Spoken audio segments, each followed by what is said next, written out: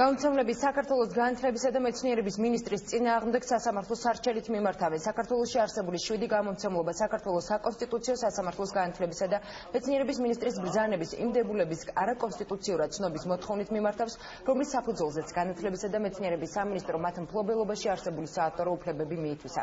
გამომცემლებს სამართლებრივ დახმარება საკონსტიტუციო სასამართლოში საქმის წარმოებისას საქართველოს დემოკრატიული ინიციატივა გაუწევს. გამომცემლობა ლოგოპრესის ხელმძღვანელ ლაშა ბერაიას განმარტებით სამინისტრო თავისივე არაკონსტრუქციული აქტის საფუძველზე მოპოვებული საავტორო უფლების გამოყენებით ახდენს სასკოლო სახელმძღვანელოების ბეჭდვას და გეგმავს მათ გაგრძელებას, რაც მათი განმარტებით გამომცემელთა საკუთრების უფლების დარღვევას იწვევს.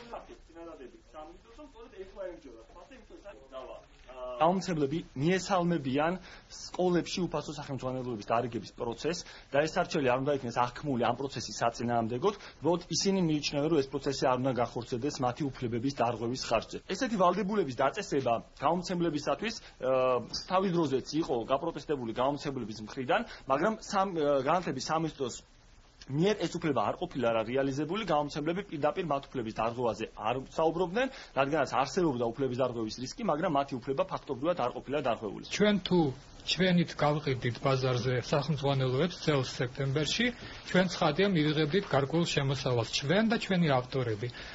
ესე იგი, ამ შემოსავალში ნაწილი თანხისა იქნებოდა ჩვენი საინვესტიციო ხარჯების დაფარვა.